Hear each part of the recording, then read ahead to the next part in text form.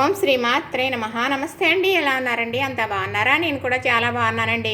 ఈరోజు అయితే కొబ్బరి పచ్చడి అండి. చక్కగా మామిడికాయ, పచ్చిమిర్చి, ఉప్పు మిక్సీ పట్టేసానా, కొబ్బరి చిప్పలో తిరుముడు తీసుకుని చక్కగా కలిపేసుకున్నానండి. కొబ్బరి తిరుముడు తీసుకున్నాను అనమాట. ఇంతేనండి. ఈ పచ్చడి ఇలా వేసేసుకుని తినేయడమే. ఇందులో నూనె అనేది ఉండదు, తాలింపు అనేది ఉండదు. పూజలు చేస్తే ఇలాంటి పచ్చళ్ళే చేసుకునేవారండి చక్కగా.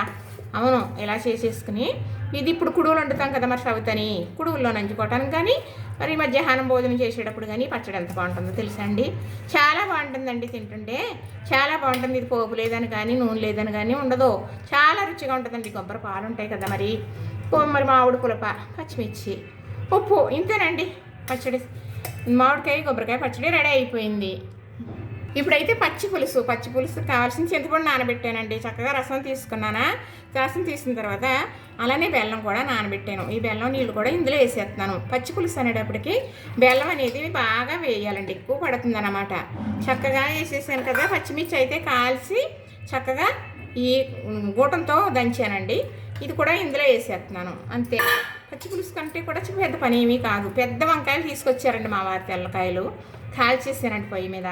అదేనండి, గ్యాస్ స్టవ్ వెలిగించి సిమ్లో పెట్టేసేసి మరి కాల్చేసాను. పొట్టు తీసేసానా, మరి ఒలిసేసానా, ఇలాగా మెత్తగా మ్యాక్స్ చేసానండి. ఏమీ మిక్సీ పట్టలేదు సమండి, మిక్సీ పట్టకూడదు, బాగోదు.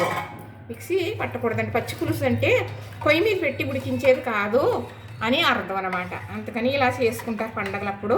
మరి ఈ పచ్చి పులుసుతోటి పచ్చడితోటి అన్నం తింటే జన్మ ధన్యం అయిపోతుందండి. చాలా బాగుంటుంది. మాకైతే గుడి దగ్గర పాటలు వేసేసారండి. మరి దేవుడిని నిలబెడతారు, అక్కడ పూజ కోటి వెళ్ళాలి. నేను గబగబా చేసేసుకుంటున్నాను. మరి చూసారా, పచ్చి పులుసు కొబ్బరి పచ్చడి రెడీ అయిపోయినాయి. ఇంతేనండి, చేసుకుంటే ఏదైనా సులువే. సొత్తేనే కష్టం అండి. ఏంటంటే కొబ్బరి ముందు తురిమేసుకున్నాను కదా, మామిడి కూడా తురిమేసుకున్నాను. అలానే పచ్చిమిర్చి వేసానండి.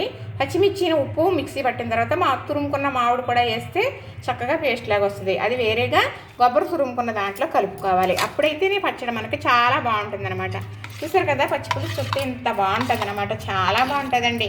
హ్యాపీగా యమ్మీ యమ్మీ అంటూ తినేయడమే. మరి చూసారా, నచ్చిందా? లైక్ చేయండి, షేర్ చేయండి, సబ్స్క్రైబ్ కూడా చేసేయండి మరి.